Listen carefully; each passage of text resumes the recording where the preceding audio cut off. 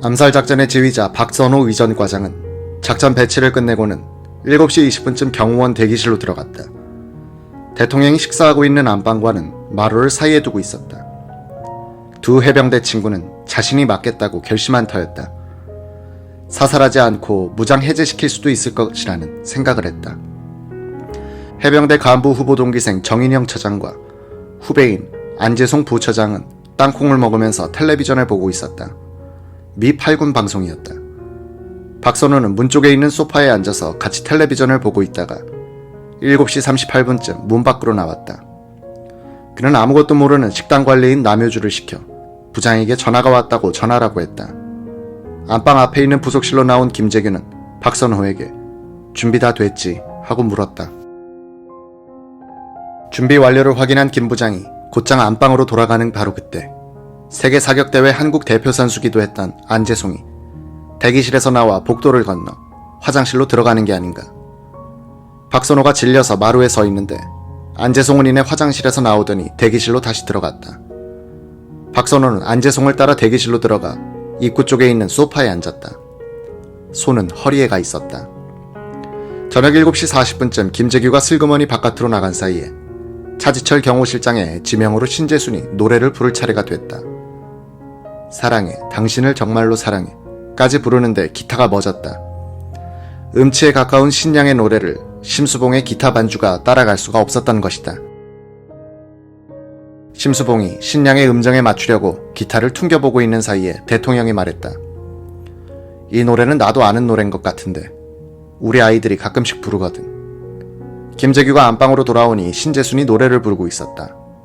작곡을 할 정도로 노래에 소양이 있는 대통령은 나지막하게 따라 불렀다.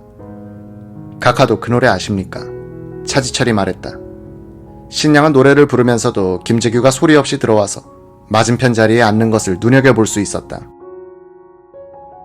사랑해 당신을, 정말로 사랑해. 당신이 내 곁을 떠나간 뒤에 얼마나 눈물을 흘렸는지 모른다오. 박정희가 신재순과 함께 이렇게 콧노래로 흥얼거리고 있을 때였다. 노래는 후렴으로 들어와서 예이 예이 예이로 넘어가고 있었다. 김재규가 행동을 개시했다. 오른손으로 옆에 앉은 김계원의 허벅지를 툭 치고는 각하를 똑바로 모십시오 라면서 권총을 오른쪽 바지 호주머니에서 뽑았다. 각하, 이따위 버러지 같은 자식을 데리고 정치를 하니 똑바로 되겠습니까? 탕 소리와 거의 동시에 김 부장 왜 이래 하는 차지철. 그는 피 하면서 피가 솟는 오른 팔목을 붙잡고 일어나 실내 화장실로 뛰어갔다. 차 실장은 경호원 어딨어 라고 소리쳤다. 제1탄은 차지철이 엉겁결에 내민 오른손목을 관통했던 것이다. 이 순간 김계원은 일어서면서 각하 앞에서 무슨 짓이야 라고 소리치고 바로 왼쪽에 있던 김재규를 밀었다고 주장한다. 못들 하는 거야. 노래를 흥얼거리던 대통령은 이 한마디를 병력같이 지른 뒤에는 정자세 그대로 가만히 있었다. 최후의 대통령을 옆자리에서 가장 냉정하게, 가장 정확하게 관찰한 신재수는 대통령은 그 모양을 보지 않으려는 듯 눈을 감고 정좌를 하고 있었다. 위기 일발의 상황에서도 미동도 하지 않았다고 기억하고 있다. 김재규는 달아나는 차지철을 따라갈 듯 일어나서 다소 엉거주춤한 자세에서 박정희를 내려다보면서 발사했다. 오른쪽 가슴 상부에서 들어간 총알은 허파를 지나 오른쪽 등 아래 쪽을 관통하고 나왔다. 차지철을 쏜 제1탄과 박정희를 쏜 제2탄 사이에는 몇 초의 간극이 있었다. 김재규가 말했듯이 야수의 마음으로 유신의 심장을 쏘기 위한 결심에 필요한 시간이었는지 자신을 친동생처럼 아껴주면서 능력에 비해 과분한 배려를 해줬던 동양의 선배에 대한 순간적인 주저였는지는 알 수가 없다. 김재규는 법정에서 차 실장에게 꽝 하고 각하에게 꽝 했으니까 1초도 안 걸렸습니다 라고 진술했다. 여러 사람들의 증언을 종합하면 김재규의 이 주장은 사실과 다르다. 그는 차 실장을 쏜 뒤에 4, 5초 정도 머뭇거렸다.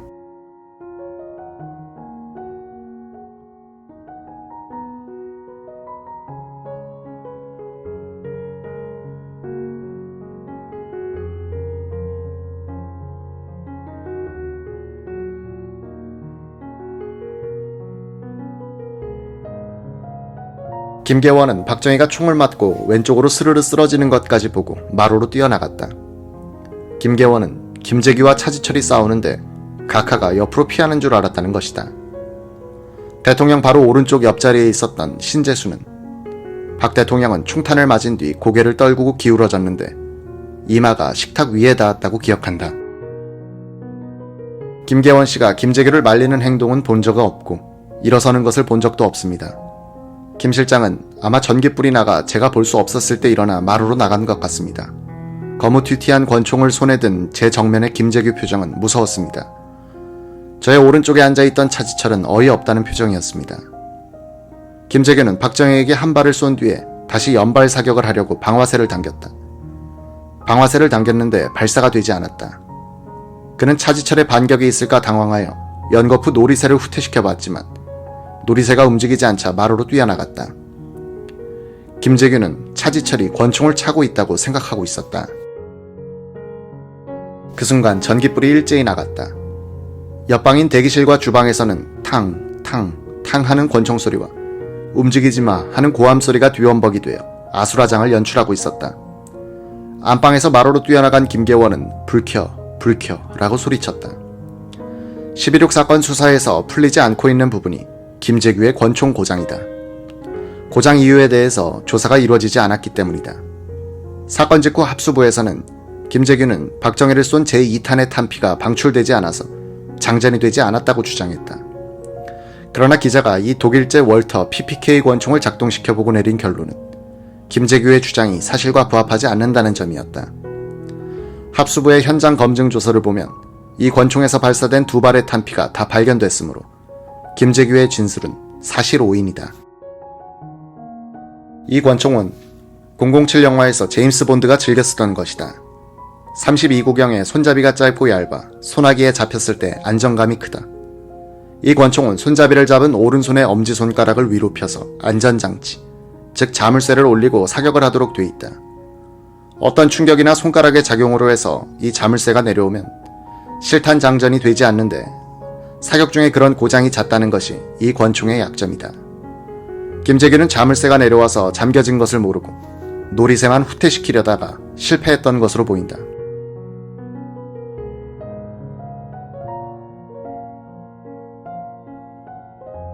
대통령 일행의 만찬장과 마루 하나를 사이에 두고 붙어있는 경호원 대기실. 직선 거리로는 박정희와 약 12m쯤 떨어진 곳에 정보부 의전과장이자 이날 밤의 암살작전 지휘자 박선호가 앉아 있었다. 박선호는 마루와 통하는 대기실 문을 들어가서 바로 오른쪽에 있는 응접 의자에 앉아 총성을 기다리고 있었다. 이 경호원 대기실은 6평쯤 되는데 가운데엔 길쭉한 탁자가 있고 그 3면을 둘러서 의자 7개가 놓여 있었다. 안쪽 벽에는 텔레비전이 붙어 있었다. 박선호와는 친형제보다도 더 가까운 해병 간부 후보 동기생 정인형 경호처장은 박선호와는 오른쪽 대각선 방향의 의자에 앉아 안주를 먹으면서 텔레비전을 보고 있었다. 국가대표 사격선수 안재송 부처장도 방금 전에 화장실에 갔다 와서는 박선호의 왼쪽 편 맨 안쪽 의자에 앉아 뭘 먹으면서 텔레비전을 보고 있었다. 박선호는 손을 허리에 찬 권총에 대고 옆방인 만찬장에 신경을 집중시켜 놓고 있었다. 심수봉의 기타 소리가 들려왔다. 박선호는 박정희의 콧노래 소리는 듣지 못했다. 기타 소리 속에서 총성 1발, 김재규가 차지철을 쏜 것이다. 박선호는 권총을 뽑아들고 일어났다. 경호처장 정인영, 부처장 안재송 두 사람은 의자에 앉은 채 박선호의 얼굴을 쳐다봤다. 의아한 표정. 안재송이 허리에 찬 총을 뽑으려고 손을 가져갈 때 박선호가 소리쳤다. 꼼짝마. 이어서 두 번째 총성. 김재규가 박정희의 가슴을 내려다보면서 쏜 것이다. 박선호는 제1발과 제2발 사이는 4, 5초 간격이었을 것이라고 했다. 두 경호관의 손이 권총으로 향했다. 총 뽑지 마. 움직이면 쏜다. 야, 우리 같이 살자. 박선호는 둘도 없는 친구 정인영을 향해서 소리쳤다. 정 처장의 안색이 변하더니 포기하는 기색이었다. 옆방인 주방 쪽에서는 연발 총성과 고함이 잇따라 들려왔다. 안재송이 정인영의 얼굴을 보더니 결심한 듯 권총을 뽑으려고 앉은 자세에서 상체를 오른쪽으로 획 돌렸다. 박선호의 권총이 불을 뿜었다. 안재송은 엎어지듯이 쓰러졌다. 검시 결과 왼쪽 어깨로 들어간 총탄은 등판의 오른쪽 아래를 향해서 진행하다가 살에 박혔다. 이 탄도는 안재송이 일어서지도 못한 상태에서 피격됐음을 말해준다. 육군과학수사연구소 법의과장 정상우 소령의 사체 검안서에 따르면 안재송은 이 한 발에 허 하나 심장이 손상돼 사망에 이르게 된 것으로 사료된다는 것이다.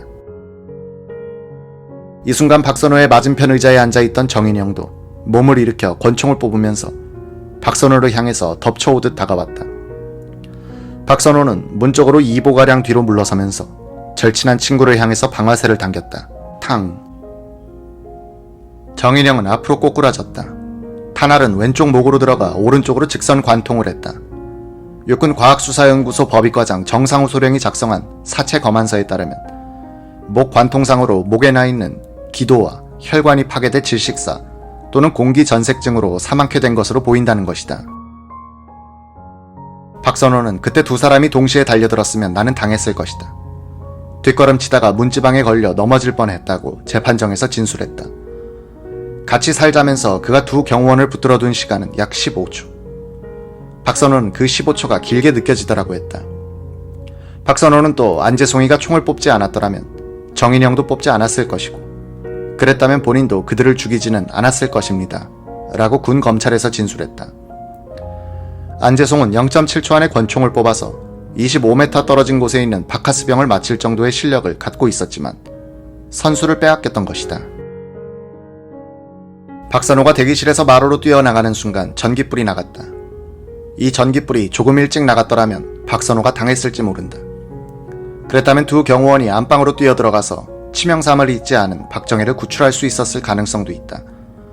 마루로 나선 박선호는 주방을 향하여 플래시를 비추면서 나 과장이다 불 켜 라고 고함을 질렀다. 나동의 지하실에는 보일러와 냉동시설 및 배전시설을 통제하는 방이 있었다.